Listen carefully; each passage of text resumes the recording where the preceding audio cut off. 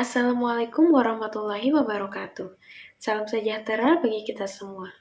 Perkenalkan, saya Regina Givi Gebrilia dengan NIM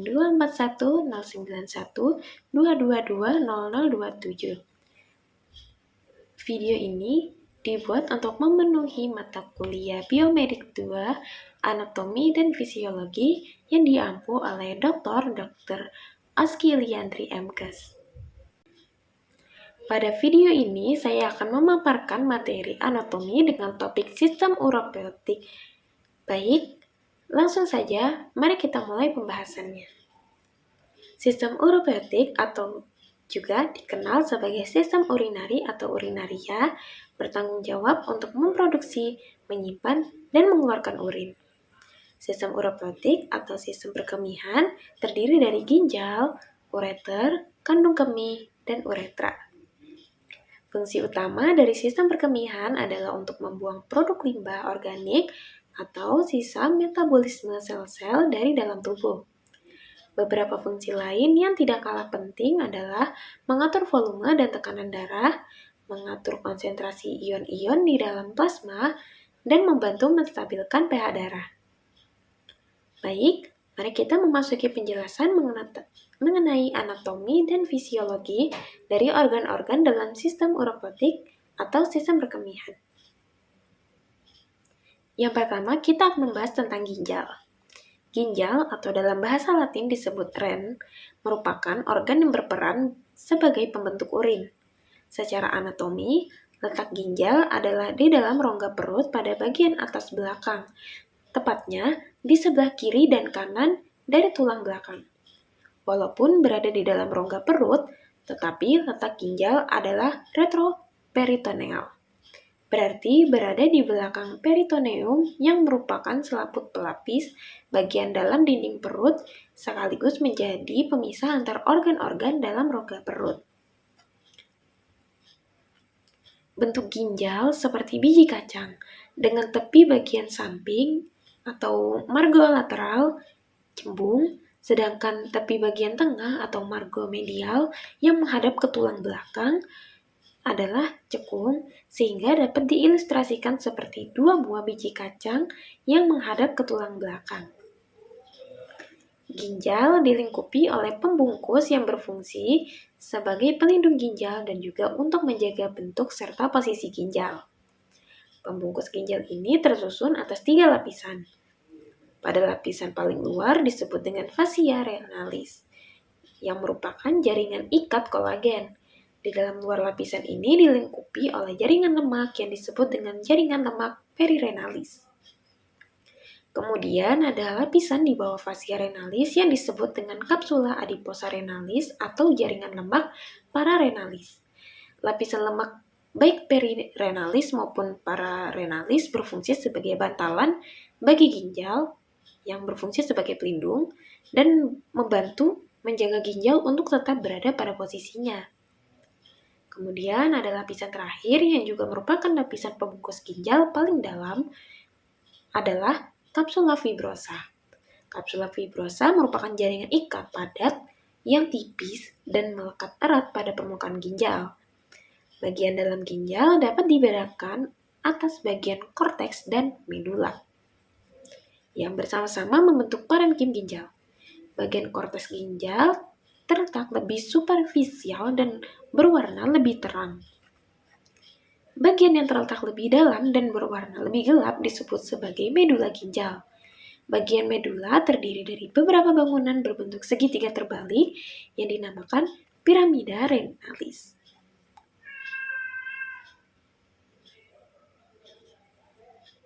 Di antara bangunan-bangunan piramida renalis ini terdapat bagian dari korteks yang menjorok masuk ke dalam medula yang disebut sebagai kolumna renalis. Setiap satu piramida renalis beserta dengan bagian korteks yang mengelilinginya merupakan satu lobus renalis. Masing-masing ginjal terdiri dari 5-11 lobus renalis. Dalam sistem perkemihan, tugas utama ginjal adalah sebagai proses penyaringan, reabsorpsi, dan juga sekresi. Ketiga hal tersebut penting dalam pengaturan volume urin, keseimbangan elektrolit, dan juga keseimbangan asam basa. Kemudian kita akan memasuki fungsi ginjal. Fungsi ginjal dalam sistem urinaria adalah untuk menyaring zat-zat racun dalam darah, mensekresi atau mengeluarkan cairan berisi limbah dan racun dari tubuh, menjaga keseimbangan kadar air dan elektrolit dalam tubuh, melepaskan hormon yang mengendalikan produksi sel darah merah, membantu menjaga kesehatan tulang karena dapat mengontrol kalsium dan fosfor dalam tubuh, serta mengatur tekanan darah pada tubuh. Nantinya, ginjal akan memfiltrasi urea dari darah melalui struktur yang disebut nefron atau penyaringan kecil. Nefron adalah unit struktural sekaligus unit fungsional ginjal. Masing-masing ginjal manusia memiliki kurang lebih 1 juta nefron. Masing-masing nefron umumnya terdiri atas bola yang dibentuk dari tubulus ginjal atau tabung kecil dan glomerulus atau darah kecil. Kemudian, urea bersamaan dengan cairan dan limbah lainnya akan membentuk urin saat melewati nefron menuju tubulus ginjal. Kemudian kita akan memasuki pada bagian ureter. Ureter merupakan sepasang saluran berbentuk tabung dengan diameter kecil yang mengalirkan urin yang dihasilkan oleh masing-masing ginjal ke dalam kandung kemih. Sama seperti ginjal, ureter terletak retroperitoneal. Ureter berawal dari pelvis renalis yang merupakan muara dari semua kaliks major renalis di dalam masing-masing ginjal dan berakhir pada saat bermuara ke dalam kandung kemih. Dinding ureter tersusun atas 3 lapisan, yaitu ada tunica mucosa, tunica muscularis, dan tunica adventitia. Yang pertama ada tunica mucosa yang merupakan lapisan dinding ureter yang paling dalam. Lapisan ini tersusun dari epitel transisional yang memungkinkan ureter meregang saat dilewati oleh urin dan lamina propria yang merupakan jaringan ikat fibroelastik. Kemudian ada tunica muscularis yang terdiri dari serat otot polos yang berjalan secara longitudinal di bagian dalam dan sirkular di bagian yang lebih luar. Gerakan peristaltik yang dihasilkan oleh lapisan otot ini ditambah dengan tekanan hidrostatik dan gaya gravitasi akan menyebabkan urin mengalir turun ke arah kandung kemih. Gelombang gerakan peristaltik yang berawal dari pelvis renalis akan terjadi dengan frekuensi berkisar antara 1 sampai 5 kali per menit, tergantung dari kecepatan produksi urin oleh ginjal. Kemudian yang terakhir yaitu tunica adventitia atau lapisan terluar dari dinding ureter yang merupakan jaringan ikat yang menyokong bentuk dari saluran ureter di dalam rongga abdomen dan rongga panggul. Fungsi ureter dalam sistem urinaria adalah menyalurkan urin dari ginjal ke kandung kemih. Pada kondisi ini, otot-otot di dinding ureter biasanya akan mengencang dan mengendur untuk menurunkan urin dari ginjal. Setiap 10-15 detik, sedikit demi sedikit urin akan mengalir dari ureter ke kandung kemih. Apabila urin tidak terhubung dengan kandung kemih atau justru kembali naik, kondisi tersebut berpotensi menyebabkan masalah kesehatan seperti penyakit ginjal atau infeksi lainnya. Kemudian kita akan memasuki pada bagian kandung kemih. Kandung kemih merupakan organ berbentuk seperti piramida terbalik yang terletak di perut bagian bawah. Kandung kemih atau dalam bahasa Latin yaitu vesica urinaria merupakan organ muskular yang berperan sebagai tempat penampungan sementara urin sebelum dikeluarkan melalui proses berkemih atau miksi.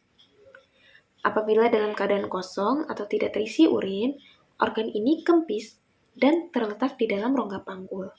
Tetapi apabila dalam keadaan penuh, maka bentuknya menjadi hampir membulat dan bagian teratasnya yang disebut dengan fundus dapat melewati tepi atas rongga panggul dan masuk dalam rongga abdomen. Daya tampung kandung kemih berkisar antara 700 sampai 800 mili. Kandung kemih pada pria terletak di antara simfisis pubis di depan dan rektum di belakang. Sedangkan pada wanita terletak di antara simfisis pubis di depan dan uterus di belakang. Pada saat kosong, Bentuk kandung kemih menyerupai piramida rebah. Dinding kandung kemih terdiri dari 3 lapisan otot yang tersusun secara longitudinal, sirkular, dan longitudinal. Otot ini dinamakan otot detrusor. Saat seseorang berkemih, otot di dinding kandung kemih akan berkontraksi untuk mendorong urin ke uretra. Fungsi kandung kemih dalam sistem urinaria adalah menampung urin. Berkemih atau disebut juga miksi dilakukan melalui campuran antara kontraksi otot yang terjadi secara sadar dan tidak disadari.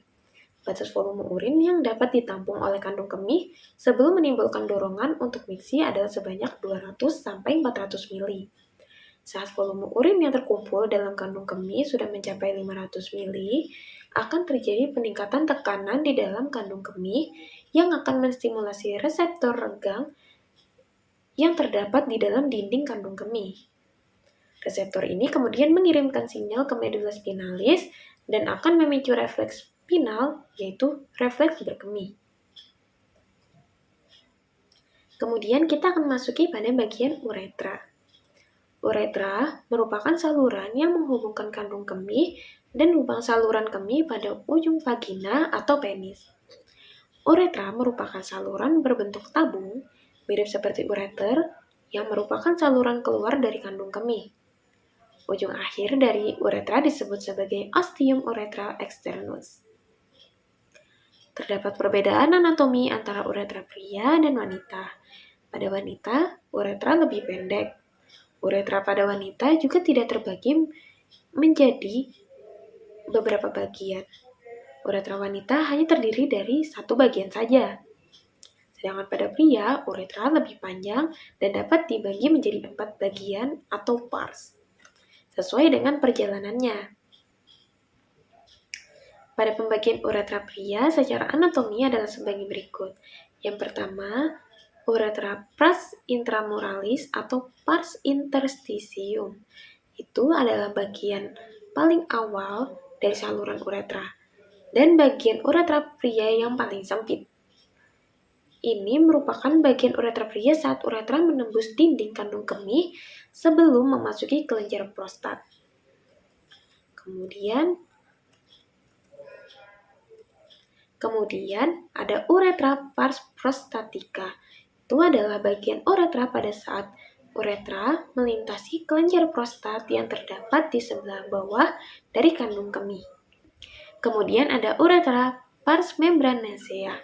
Ini adalah bagian dari uretra saat uretra melintasi dasar panggul yang disebut dengan diafragma panggul, sebelum memasuki bagian dari alat kelamin pria yang disebut corpus spongiosum penis, yang merupakan bagian uretra pria yang paling pendek.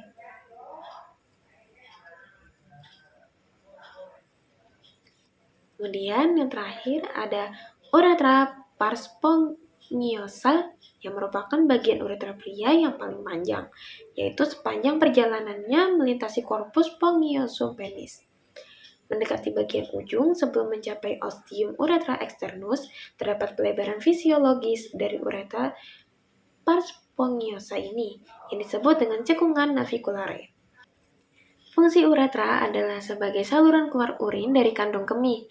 Terdapat perbedaan fungsi uretra antara pria dan wanita, di mana uretra pria juga berfungsi sebagai saluran reproduksi pria, yaitu mulai dari uretra pars prostatica, di mana uretra selain mengalirkan urin, juga mengalirkan cairan seminalis saat terjadi ejakulasi.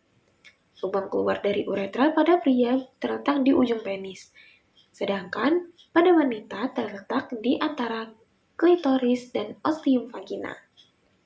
Dinding uretra dilapisi oleh otot polos. Saat proses berkemih, kontraksi otot ini yang menimbulkan gerakan peristaltik uretra dan adanya perbedaan tekanan antara kandung kemih dengan lingkungan luar yang akan mendorong urin untuk keluar. Demikian pemaparan materi mengenai sistem uretrotik yang dapat saya sampaikan.